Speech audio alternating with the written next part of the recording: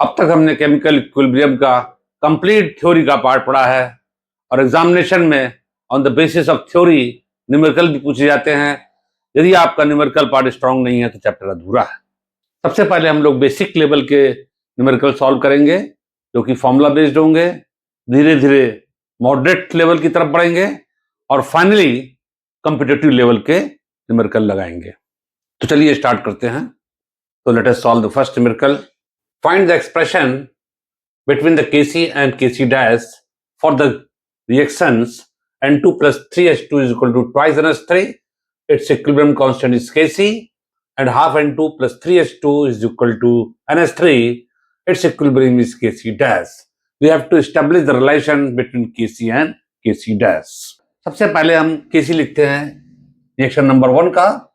Kc will be equal to NH3 to the power 2 divided by N2 into H2 की power 3. Let this be equation number 1.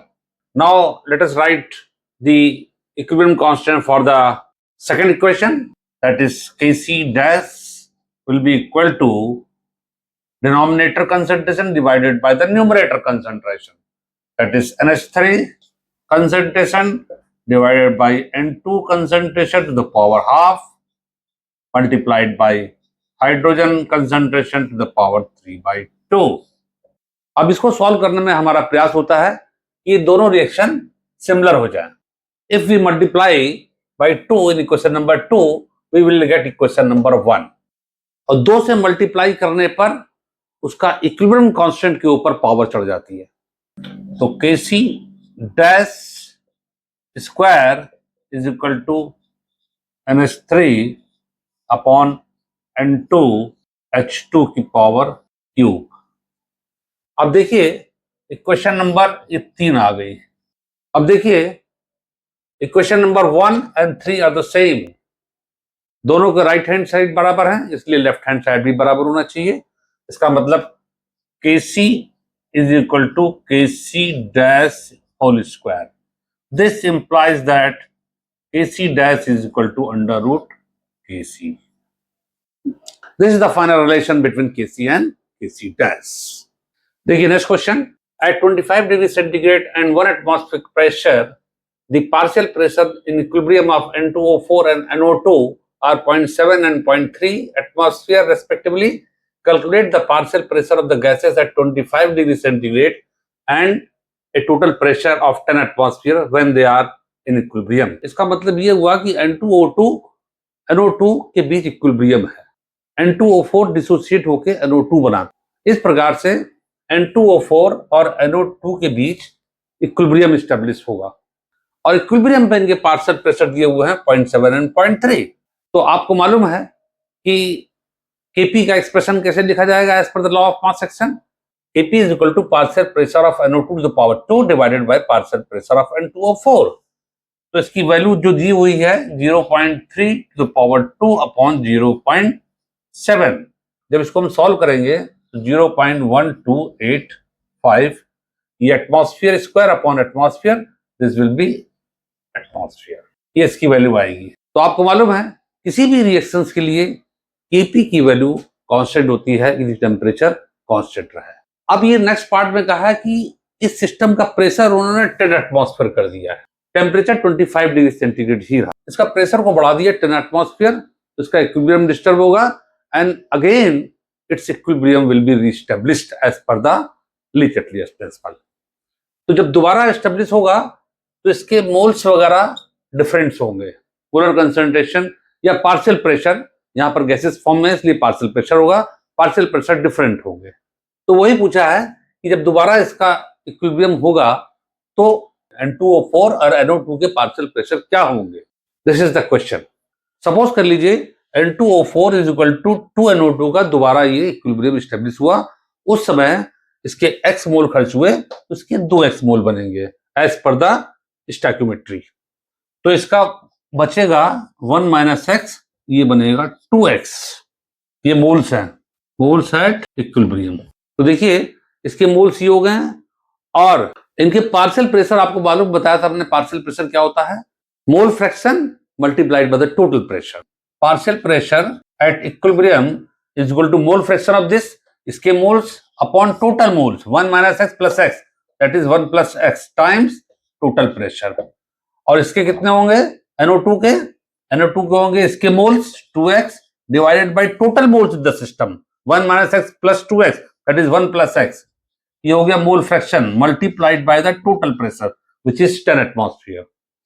तो इस प्रकार से इनके ये आपके पार्शियल प्रेशर होंगे. Now we will write the expression for the KP. देखिए KP will be equal to partial pressure of the product, that is 2x upon 1 plus x to the power 2 times p square upon partial pressure of the reactant, that is 1 minus x upon 1 plus x times p. एक p से cancel हो जाएगा और एक 1 plus x इसमें से cancel हो जाएगा. और you can write this 4x square upon 1 plus x into p divided by 1 minus x. इसको सिंप्लीफाई करेंगे तो ये बचेगा. इस प्रकार से Kp will be equal to 4x square upon 1 minus x square times p. 1 plus x multiplied by 1 minus x, that is a square minus b square 1 minus x square. यहां पर x बहुत छोटा है, x is very very small as compare to 1, तो x square और भी छोटा हो जाएगा. तो 1 minus x square can be approximated as 1. तो Kp will be equal to 4x square divided by 1 times p. We know the value of the Kp, that is 0.1285, and substituting the value of Kp we get the value of x 0.0566. इसी प्रकार partial pressure जो निकलेंगे, partial pressure of N2O2 is equal two moles of N2O2 divided by total moles into total pressure, which on solving gives you 8.93 atmosphere. Partial pressure of NO2 will be moles of NO2 divided by total moles multiplied with the total pressure. This is equal to 10 atmosphere. This is also 10 atmosphere. X और P की value substitute करेंगे तो इसकी value आ जाएगी 1.07 atmosphere. तो इस प्रकार से दो आंसर हैं आपके, 8.93 and 1.07 are the two answers. Partial pressure of the N2O4 and partial pressure of NO2. देखिए question number 3. In a reaction, PCl5 is equal to PCl3 plus Cl2. The amount of PCl5, PCl3 and Cl2 are 2 moles each at equilibrium and the total pressure is 3 atmosphere. Find the value of Kp. बहुत ही simple question है, concept based है. तो हमें सबसे पहले Kp का expression लिखना है. Kp will be equal to partial pressure of products, that is partial pressure of PCl3 multiplied by partial pressure of Cl2 and divided by partial pressure of PCl5. आपको मालूम है पार्शियल प्रेशर क्या होता है? Partial pressure is nothing but the number of moles of the individual gas divided by the total number of moles in the total pressure. तो यहां पर सबके आप पार्शियल प्रेशर निकाल के इस फॉर्मूले में रख दीजिए, you will get the answer. तो let us calculate the partial pressure of individual gases. PCl3 का PCl3 is equal to moles of PCl3, that is moles of PCl3 divided by total moles. Moles of PCl3 is what? 2 mole. Total moles कितने होंगे? सबके ही 2 मोल हैं, तो 2 plus 2 plus 2 and the total pressure here is total pressure.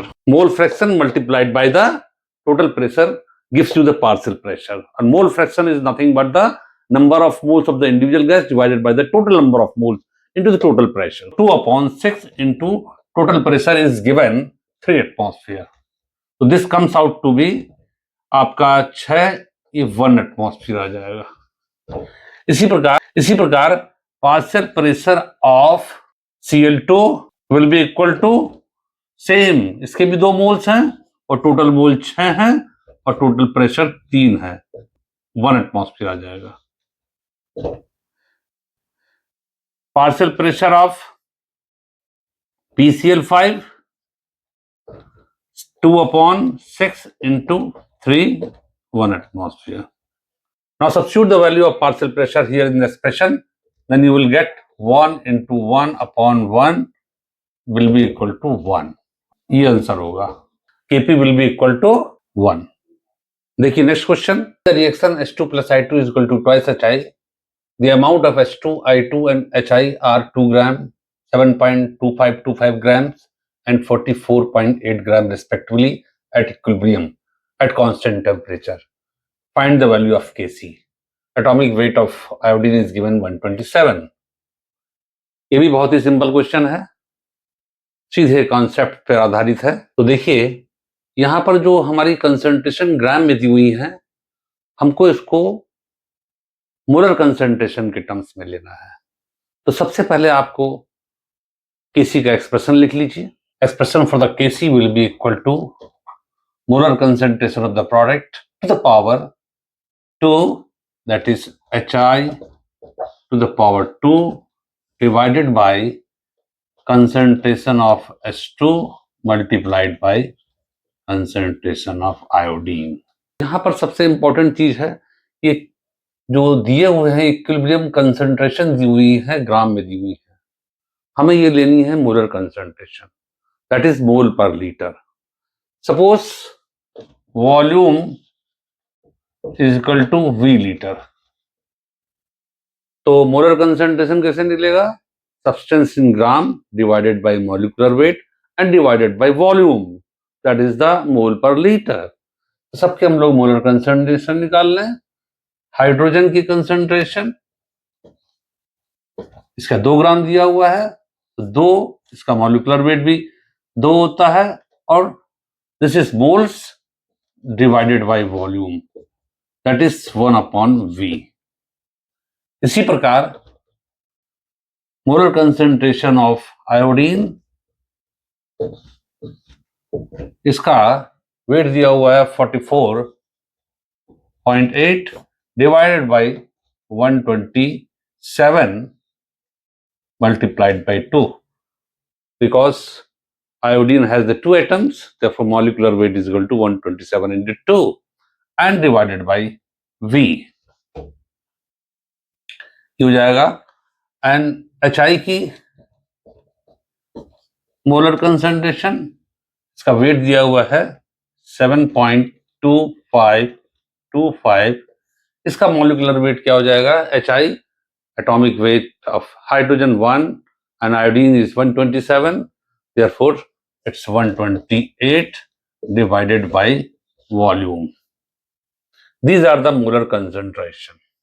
अभी value substitute करेंगे इस expression में, केसी के एक्सप्रेशन में, then you will get the answer. So Kc will be equal to HI, that is 7.2525 upon 128 whole square times 1 upon V square.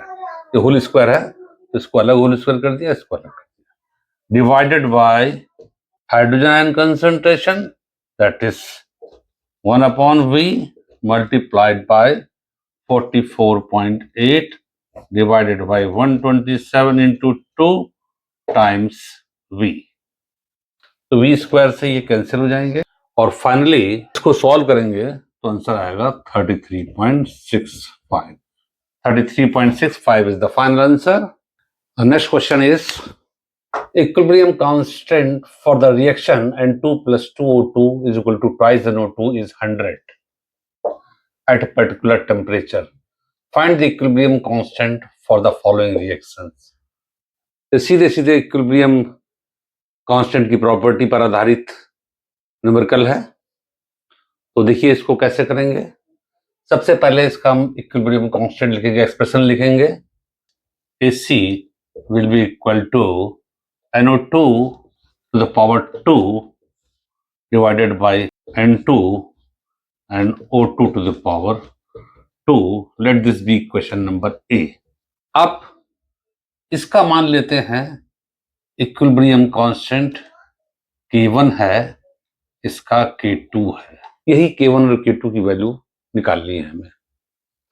अब इसका भी expression लिखिए. K1, तो K1 will be equal to product concentration, that is N2 O2 to the power 2 divided by NO2 to the power 2. Let this be question number B.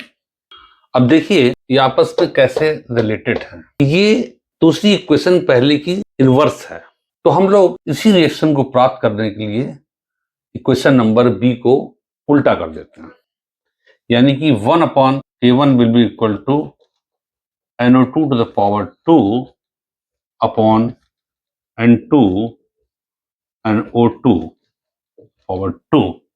अब देखिए इसके right hand side same है, तो इसके left hand side भी same होना चाहिए। Therefore, Kc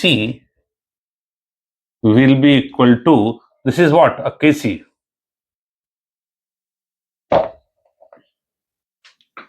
तो 1/K1 is equal to this, and this is nothing, यही है, तो इसका मतलब ये हो गया ये Kc के बराबर है, और Kc की वैल्यू है, Kc की वैल्यू दी हुई है 100, ये दी हुई है, तो दिस विल बी 100, तो K1 will be equal to 10 to the power -2. This is the first answer. इसी प्रकार K2 का एक्सप्रेशन लिखें, K2 will be equal to N2 to the power half O2 concentration divided by NO2. इसको हम equation कहते हैं C. अब देखिए अगर इस एक्सप्रेशन को स्क्वायर कर दें तो we will get the expression B. तो देखिए K2 square is equal to N2, square करेंगे तो ये 1/2 गायब हो जाएगा, and O2 to the power 2 आ जाएगा upon NO2 to the power 2 हो जाएगा। अब ध्यान से देखिए एक्सप्रेशन B यानी K1 का एक्सप्रेशन और K2 का एक्सप्रेशन, दोनों के राइट हैंड साइड सेम हो गए, तो इसका मतलब ये हो गया K1, तो K2 square is equal to K1, और K1 की वैल्यू हम निकाल चुके हैं 10 to the power -2, that is 10 to the power -2. Therefore K2 will be square root of 10 to the power -2, and therefore finally K2 will be 10 to the power -1. तो K1 हो गया 10 to the power -2 and K2 is equal to 10 to the power -1 for the reaction 1 and 2 respectively. These are the final answer. देखिए next question. We have to find the expression for the Kc and Kp for the reaction calcium carbonate gives you calcium oxide and carbon dioxide. Here the calcium carbonate is in the solid state and calcium oxide is in the solid state and the carbon dioxide in the gaseous state. तो इसका solution, इसमें गलती लोग यही करते हैं कि जो हमने कॉन्सेप्ट में पढ़ा था वो भूल जाते हैं कि कोई भी चीज सॉलिड स्टेट में या प्योर लिक्विड स्टेट में होती है तो उसकी कंसंट्रेशन को कांस्टेंट मानते हैं और एक मानी जाती है। तो इसका जब एक्सप्रेशन लिखेंगे Kc will be equal to concentration of CaO, concentration of carbon dioxide upon CaCO3. Yeah. Here this will be finally 1 and CO2 upon 1. Finally the Kc expression will be concentration of only CO2. इसी प्रकार अगर Kp का लिखेंगे तो Kp will be equal to partial pressure of CaO into partial pressure of CO2 upon partial pressure of CaCO3, and इसकी concentration, इसका partial pressure 1 मानेंगे, इसका पार्शियल प्रेशर 1 मानेंगे क्योंकि दोनों सॉलिड स्टेट में है, and therefore expression for the Kp will be simply partial pressure of carbon dioxide. This will be the expression for the Kp and this is the expression for the Kc.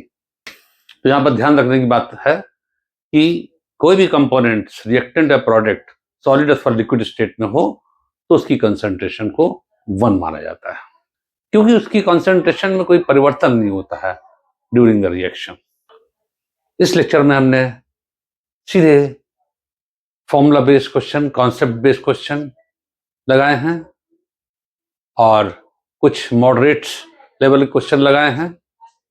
अब अगले lecture में हम कुछ competition level के questions लगवाएंगे, इसलिए अगला lecture जरूर देखें।